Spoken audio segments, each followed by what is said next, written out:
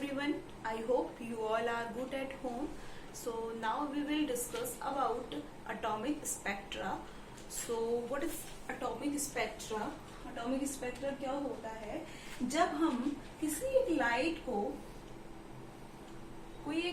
को हम क्या करते हैं, प्रिज्म से पास करते हैं.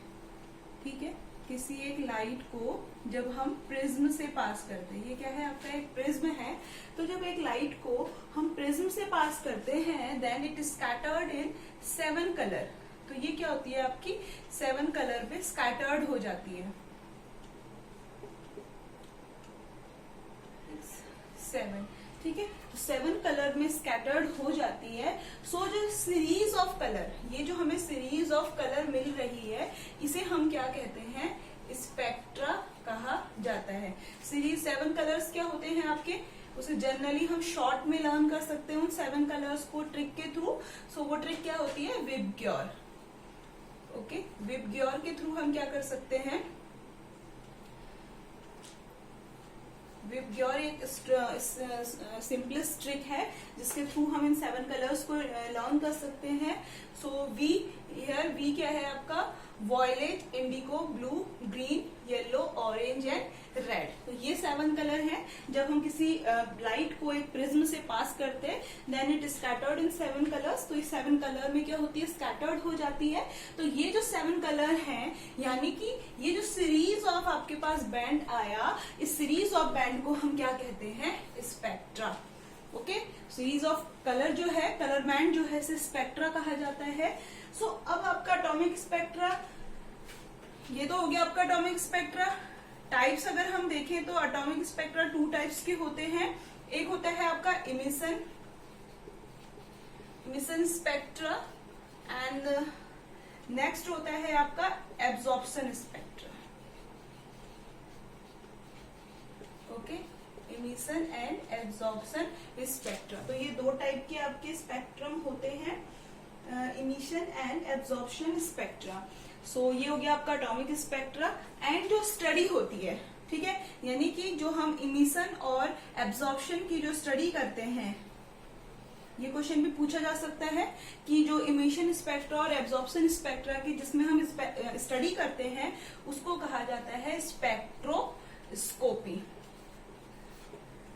Okay, spectroscopy.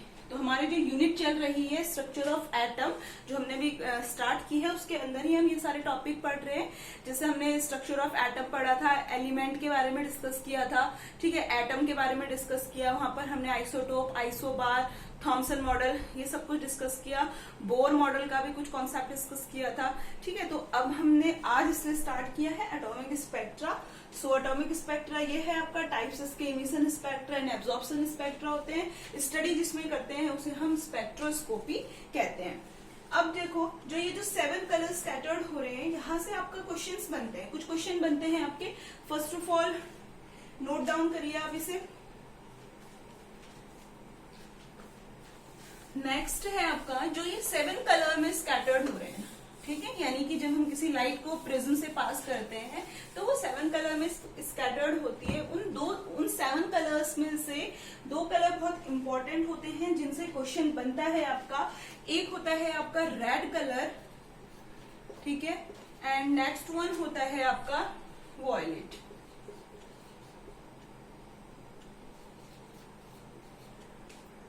Violet colour. Okay, so एक तो होता है आपका रेड और दूसरा होता है आपका वॉयलेट कलर. सो अब अगर हम देखें, इस रेड कलर से कुछ क्वेश्चंस बनते हैं. जो रेड कलर होता है, इसकी लॉन्गेस्ट वेवलेंथ होती है. क्या होती है, लॉन्गेस्ट वेवलेंथ होती है. ठीक है, रेड कलर ये लर्न करके रखना है कि लॉन्गेस्ट वेवलेंथ जो होती है वो रेड कलर की होती है.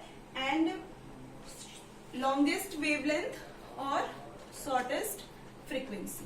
ठीक है, फ्रीक्वेंसी क्या होती है इसकी, शॉर्टेस्ट फ्रीक्वेंसी होती है. ठीक है, 2 चीजें हो गई, तो longest wavelength and shortest frequency. And the next one is जो रेड कलर होता है आपका विबग्योर में, यानी उन 7 कलर में जो रेड कलर होता है वो लीस्ट स्कैटर्ड लाइट, यानी कि लाइट को वो लीस्ट स्कैटर्ड करता है. ठीक है,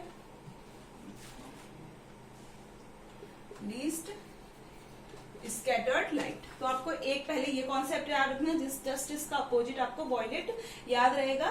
तो पहले आप रेड कलर को याद करें कि लीस्ट स्कैटर्ड लाइट होती है इसकी, एंड नेक्स्ट है shortest frequency and longest wavelength. और वॉयलेट की अगर हम बात करें तो इसकी शॉर्टेस्ट वेवलेंथ होती है, जस्ट इसका अपोजिट होगा। वॉयलेट कलर जो होता है वो शॉर्टेस्ट होता है, किसमें, यानी उसकी वेवलेंथ को हम किससे लिखते हैं, लैम्डा से, ठीक है। तो यानी कि शॉर्टेस्ट वेवलेंथ होती है। फ्रीक्वेंसी क्या हो जाएगी, जस्ट अपोजिट, लॉन्गेस्ट फ्रीक्वेंसी हो जाती है इसकी, ठीक है।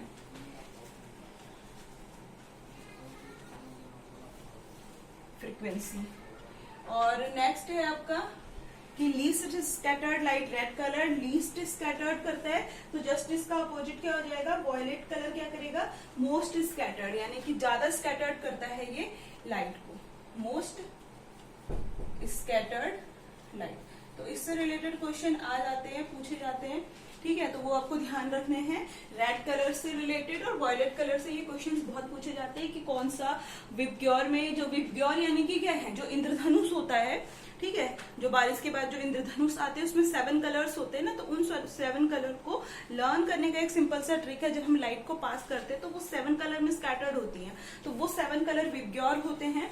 उसमें इन दोनों से रिलेटेड बहुत बार क्वेश्चन पूछा जाता है, जैसे कि रेड कलर से कि लॉन्गेस्ट वेवलेंथ होती है, shortest frequency and least scattered light.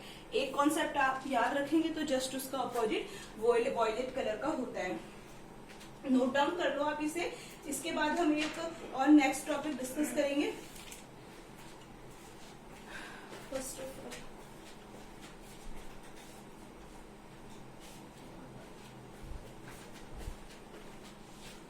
कोई डाउट हो आपको तो आप अपने डाउट को पूछ सकते हैं कमेंट सेक्शन में, टॉपिक से रिलेटेड या कोई भी आपकी क्वेरीज हैं एग्जाम से रिलेटेड, तो वो आप यहाँ पूछ सकते हैं। ओके, सो इसे नोट डाउन कर लो सबसे पहले।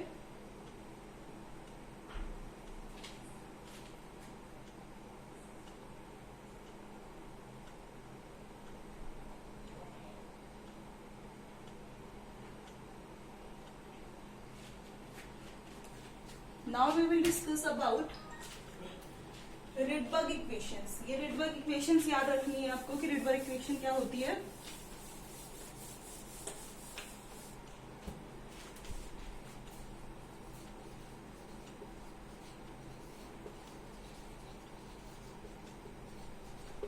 ठीक है, रिडबर्ग इक्वेशन है, इस इक्वेशन को याद रखना है और यहाँ पे कौन सी चीज क्या है वो ध्यान रखनी है बस आपको। तो 1 लैम्डा इक्वल टू होता है यहाँ पर 1 lambda equal to V bar equal to R. R क्या होता है यहाँ पर, इसे हम रिडबर्ग कांस्टेंट भी कहते हैं। और 1/n1 square minus 1/n12 square. ठीक है, तो ये है आपकी रिडबर्ग इक्वेशन है।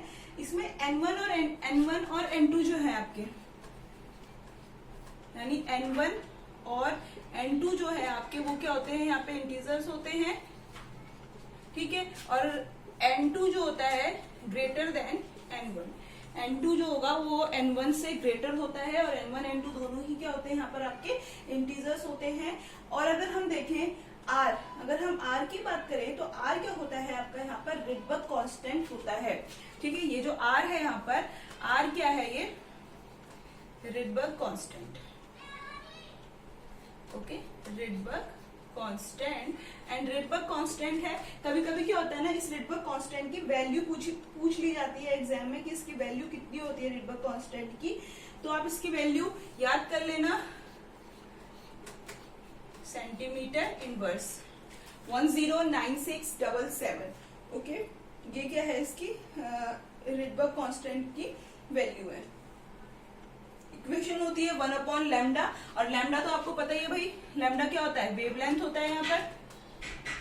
ठीक है, ये हम पहले भी कल डिस्कस कर चुके हैं, रिलेशनशिप जो हमने डिस्कस किया था किसके बीच में, wavelength, wave number, velocity and frequency, इसके बीच में हमने रिलेशनशिप कल पढ़ा था।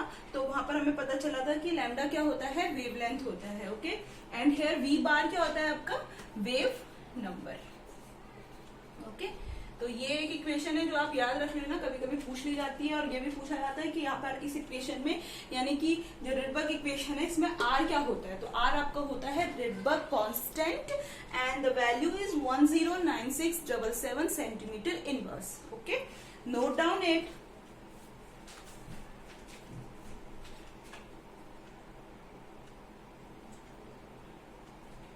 Now that's for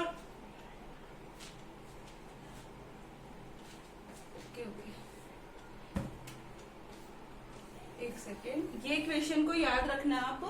इसमें जो 1/λ है, ठीक है, मोस्टली क्या होता है ना इस इक्वेशन से ये पूछा जाता है आर क्या है। यहाँ पर आर के बारे में ज्यादा पूछा जाता है कि रिडबर्ग इक्वेशन में आर क्या है, अदरवाइज लैम्डा और वी बार को नहीं क्वेश्चन पूछा जाता है, लेकिन इससे जरूर बनता है क्वेश्चन। इसलिए आप वैल्यू जरूर याद रखिएगा, 109677 जरूर याद रखनी है। And here R is Rydberg constant. Okay, so आज के लिए इतना ठीक है। एंड नेक्स्ट वीडियो में कल हम एलिमेंट के बारे में डिस्कस करेंगे, कुछ बेसिक चीजें फॉर केवीएस पीआरटी।